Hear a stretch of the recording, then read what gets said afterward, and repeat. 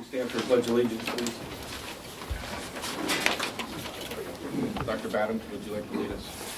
I pledge allegiance to the flag of the United States of America and to the republic for which it stands, one nation, under God, indivisible, with liberty and justice for all.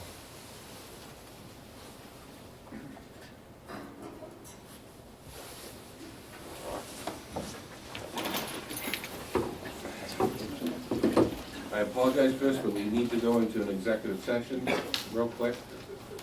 Mr. Walker? The purpose of the executive session is to receive legal advice regarding the award of a contract. So if we all go to conference room, please.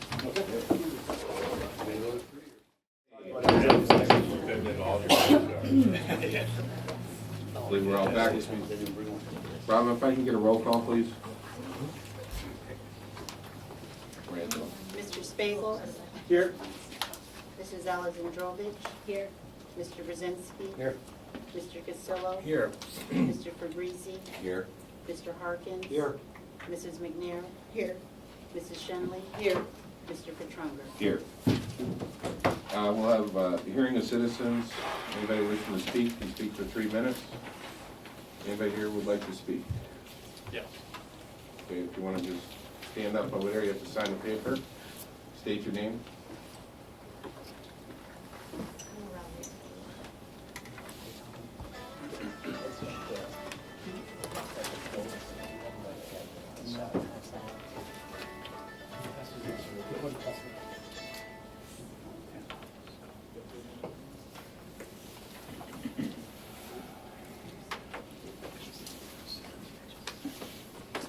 My name is Christopher Hitz. My wife, Michelle, and I are the owners of Service Master Restoration by Advanced, a locally owned small business right here in the city of Erie. We're located at 20th and Cranberry, and we've been here for almost 22 years.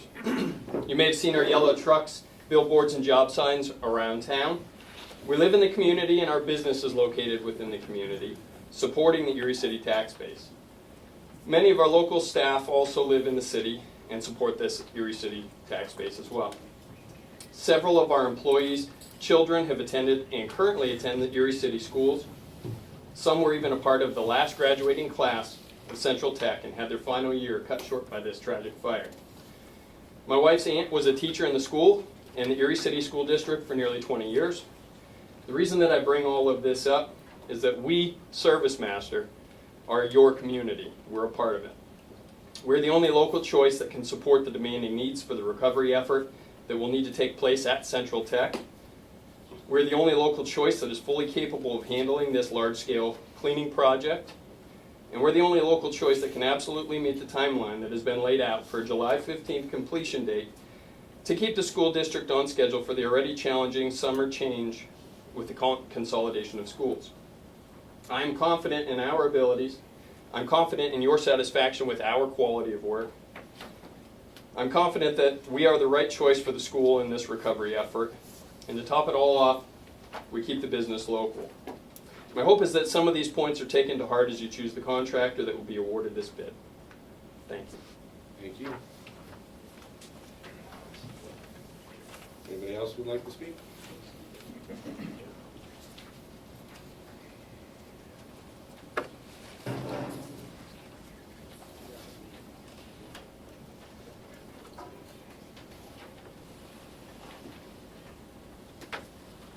Hi, my name is Carl Good. I've owned and operated construction companies and disaster restoration companies my majority of my life. DRS of Erie County Incorporated is a well-known local disaster restoration company. First quarter revenue was $2.5 million, employed 150 plus Erie County employees during the first quarter of the year. And yes, unfortunately, we all pay Erie County taxes. We employed 50 plus local subcontractors. We are located within the city limits of Erie, PA, and we are less than 5 miles from this project. We've completed projects in excess of $5 million. We are currently working on the Barnett building in Albion, Pennsylvania, which is about 20 minutes during their last tragedy that displaced 70-some apartments. Erie County schools need cash, need money. Local taxes support the school district. When Erie people work, they pay rent, they pay mortgages. 150 people that work for us paid direct rent, paid direct mortgages. On an average of $300 per month goes to the Erie County schools. That's $45,000 a month in school taxes. That's a direct impact of the recovery of the Erie County. Please give it back. I have faith in Erie, Pennsylvania. Sir, where are you from? Erie, Pennsylvania. I know that. The company. Oh, DRS of Erie County. Not on. I'm not. Oh, I should have been. So I was confused. But the people that are bidding this project are all from out of town. Even Service Master's a national company. Given the take of the people here, they need to hire locally. We're less than 5 minutes away. Can We I ask pro- why you didn't make the bid? I was in Mexico. We want to be a part. Thank you. Anybody else like to speak? If, oh, go ahead.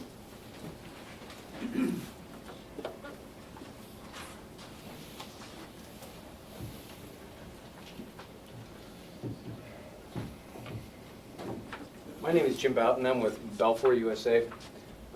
We were out here last week. We did some work in the machinery room, and then I've been in the building actually since last Tuesday, gone through, spent a lot of time through there. We put together a package. Balfour is a not a local company, but we're a national non-franchise company. We've got, I'm from our Cleveland office. We've got offices in Pittsburgh, 3 in Pennsylvania, 3 in Ohio, and have started to set up some contracts to pull from local resources and supplement from our national division. So I just want to introduce myself. We've been through the building. We can handle this project. We've handled these projects in the past. We've got a history of that, and so we just hope that you'll consider us. Thank you. Thank you.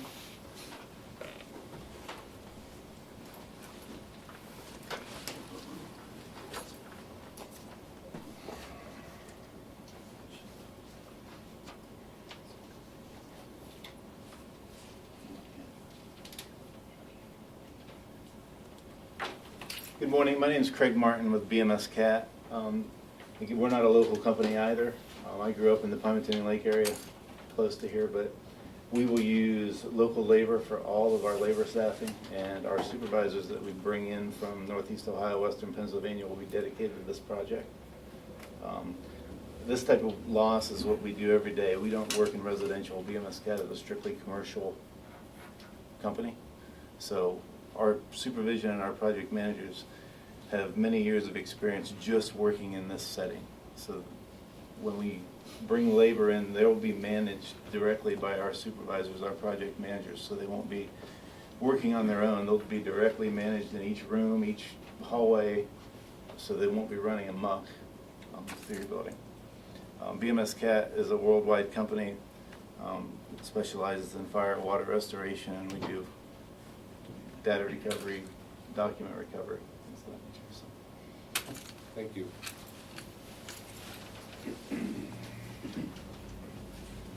Anybody else?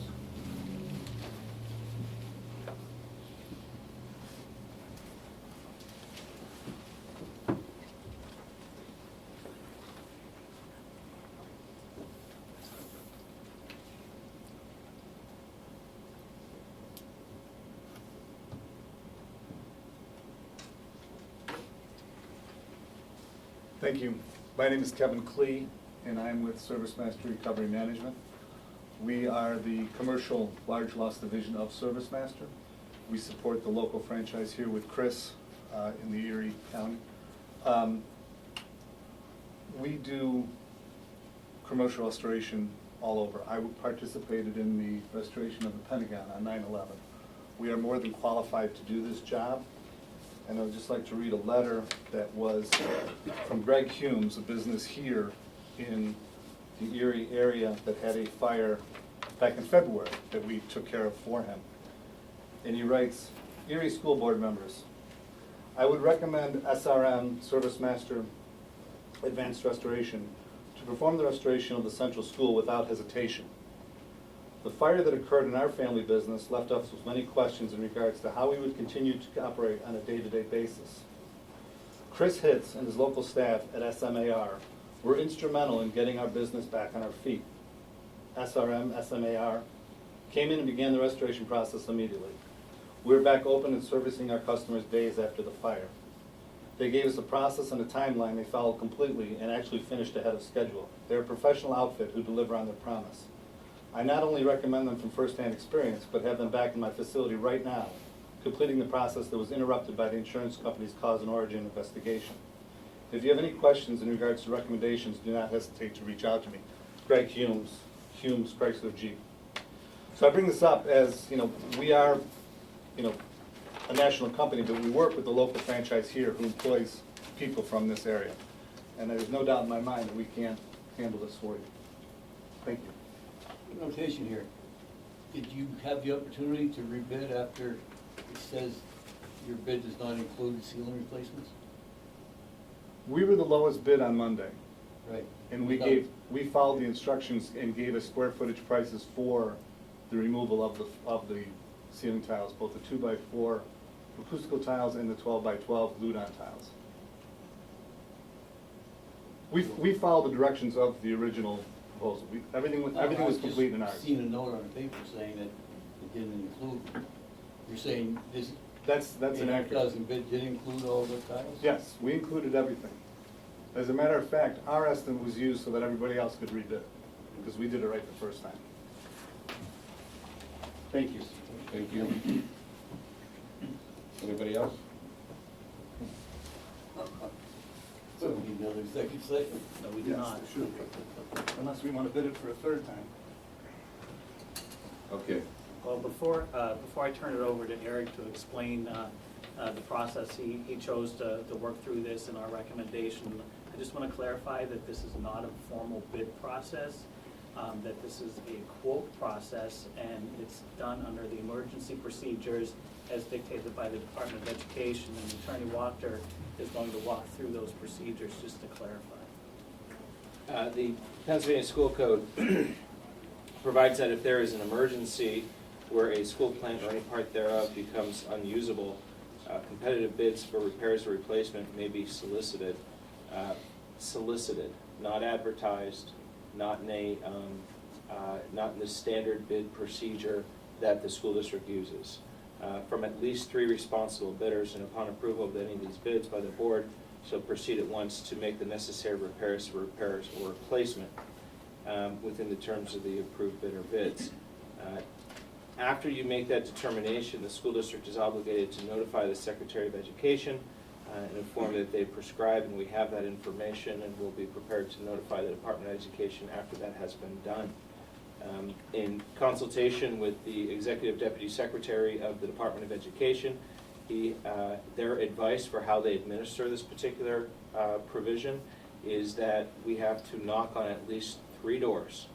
Given that it's an emergency, you don't have to wait for 3 bids. The school district has gone above and beyond that to obtain a larger number of bids.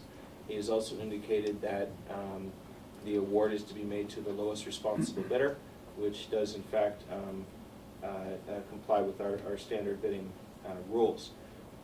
Lowest seems to be something that would be relatively easy to quantify with respect to cost. Responsible bidder is something that isn't quite as easy to quantify. In this particular situation, the school district has required that there would be a final completion of the remediation by July 15. The school district has, I believe that Eric has taken the groups through the building and identified what needs to be done and such, and it's his expectation that those particular items will be addressed, and we'll let him speak to that. And it's based upon those reviews, the ability to do it, the capacity, the reputation of the company to be able to perform projects of this size, that a recommendation would be made with respect to the responsibility of that company. And at your desk right now, you have the quotes, and I just want to touch on this briefly. The not to exceed quote is more of a, as we work through this, more of an estimate of what these companies feel this is going to be. It's going to be a moving target because we haven't been through the building entirely, and as we work through this process, there's going to be things that pop up and change that will modify this. So this is more of an expectation of where they feel it's going to shake out at this point. Eric, as he's developed some more information about it, feels that it could be as much as 50% more than that. And this is really why we included the hourly rate column in there, because this project is going to be 80% labor. So as far as determining the lowest bidder, we felt it was important to use that as a benchmark to determine who was going to be the lowest bidder through this process. So again, as we've gone through this, we really have a couple priorities here. Number one, we need to make sure that this building is available by July 15th, and that's the deadline that we set for this project, because we want to make sure that the building is available so Surveyor can come in and do all the work that they're planning to do this summer. In addition, as we do this, we want to make sure that we pick the company that can bring in the resources and has the expertise to get this done on time and get it done right. So with that, I'll turn it over to Eric for some more information. Hello, everyone. I think a lot's been said about the informal process that we've been following through this receiving of the quotes for the remediation process. We did take into consideration early on which people who were offering their services would have capability of doing the job, and even though the one bidder that we considered to be truly a local person of interest, Erie Restoration, they were included in the bidding, even though we thought maybe their resources might be slim for conducting the project. In either regard, this happened all very quickly immediately after fire, that we started to walk people through the building. And during the last board meeting, we decided that we needed immediate restoration in the area of the machine shop to protect the valuable equipment in that area, and the board was kind enough to approve the remediation efforts that Belfour has been conducting in that area. They seemed most ready at that time to be able to implement that. In either regard, the specification for what these companies quoted was generally transmitted verbally, either through myself or through our insurance representative's consultant, who is J.S. Held. They've had people on the job site essentially since the fire occurred. So it was a walk through the building with all of the individuals present for the first walkthrough, and then there was subsequent walkthroughs as they needed to develop more information and show us what their plans would be. In either regard, we received all those quotes, and partially because it was informal and verbally transmitted, and partially because it is a moving target, as Brian was indicating. We don't know the extent of the damage in the building because the smoke traveled a long way through the building, but a lot of it was in hidden chases and ductwork and things of that nature, and the 50% increase that Brian said I would project for remediation is because we don't get to see those areas where that smoke's present currently. It was coming through the walls and into the lockers. In either regard, we wouldn't expect all of the bids to be perfectly equivalent because of that moving target or the uncertainty in the amount of restoration work that needs to be done. In either regard, we reviewed the bids, and based upon my evaluation primarily, but also with the assistance of some of the experts that are on the site, even though we'd all walked through together the first time, we felt that one bid stood out amongst all of them as being most complete or most accurately showing what we had originally intended to have done. By no means complete, but what we had indicated. It made it very difficult in order to try and show the bids on a par level. They were not apples to apples comparison. In either regard, subsequent requests for information have been put out, including more according to the rates and things of that nature. And yes, what Brian said is true. A majority of the cost for this claim is going to be related towards general labor, which would mean people that go through